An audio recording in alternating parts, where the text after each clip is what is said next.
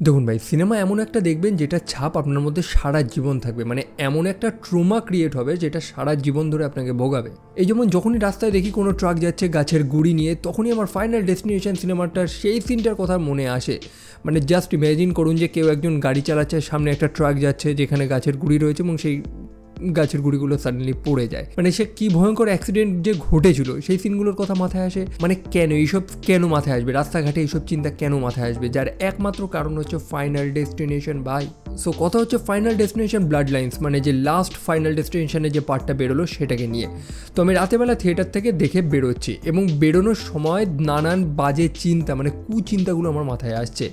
5 তলা এক্সেলারেটর থেকে নিচে নামছি এবং চারিদিকে নানান এন্ডলেস পসিবিলিটিস দেখছি যে কিভাবে না কিভাবে একটা অ্যাক্সিডেন্ট ঘটতে পারে। মানে এক্সেলেটর ভেঙে পড়লো, লিফট ভেঙে পড়লো, ব্রিজটা ভেঙে পড়লো, গোটা বিল্ডিং ধসে পড়লো।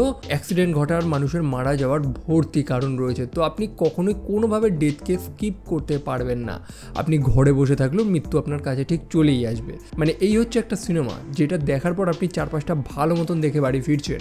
আপনার অ্যাওয়ারনেস এমন বাড়িয়ে দিয়েছে যে মানে সারা জীবনে আপনি এতটা সাবধানভাবে চলেন না। তো মোটামুটি আপনারা অনেকেই ফাইনাল ডেস্টিনেশনের বাকি সিনেমাগুলো দেখেছেন। তো যারা দেখেননি বা যারা ভুলে গেছেন তাদেরকে বলে দিই যে কি এই ফাইনাল ডেস্টিনেশন। প্রতিটা ফাইনাল ডেস্টিনেশন সিনেমার বেসিক প্লটটা অলমোস্ট সেম, যে কোনো না কোনো একটা দুর্ঘটনা ঘটতো, তবে যে গল্পের যে মেন ক্যারেক্টার সে কোনোভাবে সেই পূর্বাভাসটা পেয়ে যায়। সে আগের থেকে বুঝতে পেরে যায় যে এখানে একটা দুর্ঘটনা ঘটবে এবং সে তার আশেপাশের বহু মানুষদের সাবধান করে দেয়। সেটা নিজের বন্ধু হোক, আশেপাশের মানুষজন হোক, তো সবাইকে সাবধান করে দেয়। তো সেই দুর্ঘটনায় যে মানুষগুলো মারা যেত তারা তো আর মরল না, তারা বেঁচে গেল। মানে যেটা হওয়ার কথা ছিল সেটা আর হলো না।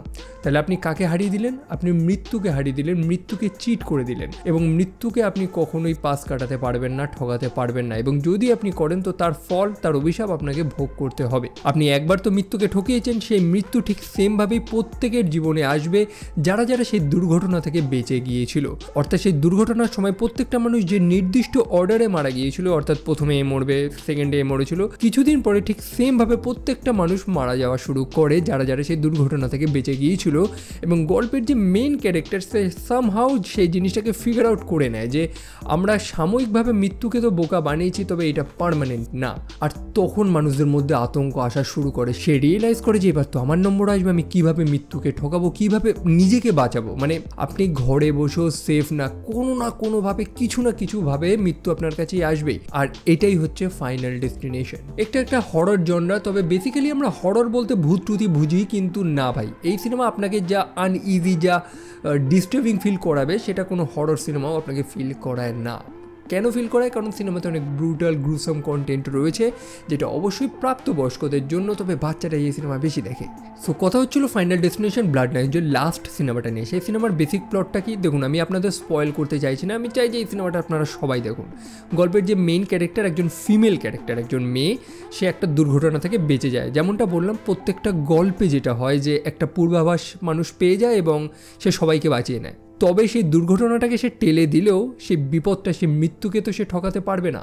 বিপদ প্রত্যেকের উপরে এসেছে, যারা যারা বেঁচে গিয়েছিল তারা প্রত্যেকে মারা গিয়েছে। তবে সেই মহিলাটা কোনো না কোনোভাবে মৃত্যুকে ঠকানোর একটা উপায় ঠিক বার করে নিয়েছে। কিভাবে বার করে নিয়েছে? এই সিনেমাটা, এই ব্লাড লাইন সিনেমাটার সাথে ফাইনাল ডেস্টিনেশনের আগের পার্টগুলোর একটা ছোটোখাটো লিঙ্ক দিয়েছে। সেখানে দেখেই যায় যে সেই মেয়েটা আগে ঘটে যাওয়া যে ঘটনাগুলো, মানে যারা যারা এরকম দুর্ঘটনা থেকে বেঁচে গিয়ে পরে মৃত্যুর সাথে লড়াই করেছে, তাদের মৃত্যুর প্যাটার্ন, মৃত্যু কিভাবে অ্যাটাক করে সেই প্যাটার্নটাকে বুঝে নিজেকে বাঁচিয়ে রেখেছিল। সে বুঝতে পেরে গেছিলো যে মৃত্যু এইভাবে চালতে পারে, এইভাবে একটা মানুষের মৃত্যু ঘটতে পারে, এবং সে সেইভাবেই নিজেকে সামলে রেখেছিল। তো ব্যাপার হচ্ছে কি, সে তো বেঁচে যায়, সে শুধু একা বাঁচে না, তার বাচ্চা হয় এবং তার বাচ্চারও বাচ্চা হয়। তো হিসাব মতন তো তার মরে যাওয়ার কথা ছিল এবং তার বাচ্চাদের জন্ম হওয়ার তো কোনো কারণই নেই। তবে যেহেতু সে বেঁচে যায় এবং তার বাচ্চাদেরও জন্ম হয়েছে, তো সেখানে মৃত্যুর যে অভিশাপটা রয়েছে সেটা তার সম্পূর্ণ ফ্যামিলির উপরে পড়েছে। মানে বুঝতে পারছেন, সে তো মরবেই, তার সম্পূর্ণ পরিবারও মরবে এইবার। সো এটাই হচ্ছে বেসিক প্লট। সিনেমার স্টোরি কিন্তু দুর্দান্ত, সিনেমার রেটিং, আর্লি রিভিউজ খুবই ভালো। ছোটোখাটো কমেডি দিয়েছে যেটা প্রয়োজন ছিল, তবে ডেথ সিনগুলো খুবই গ্রুসাম এবং যেমনটা আমরা এক্সপেক্ট করেছিলাম। মানে বহু মানুষ আমরা ফাইনাল ডেস্টিনেশন একটা জিনিসের জন্যই তো দেখি যে মানুষের মরার 101টা উপায় কী কী হতে পারে, এবং সেই সিনগুলো সত্যি খুবই ইন্টারেস্টিং। মানে জিনিসটা বলতেই কেমন অদ্ভুত লাগছে না যে আমরা মানুষের মৃত্যুটাকে এনজয় করছি না, সিরিয়াসলি।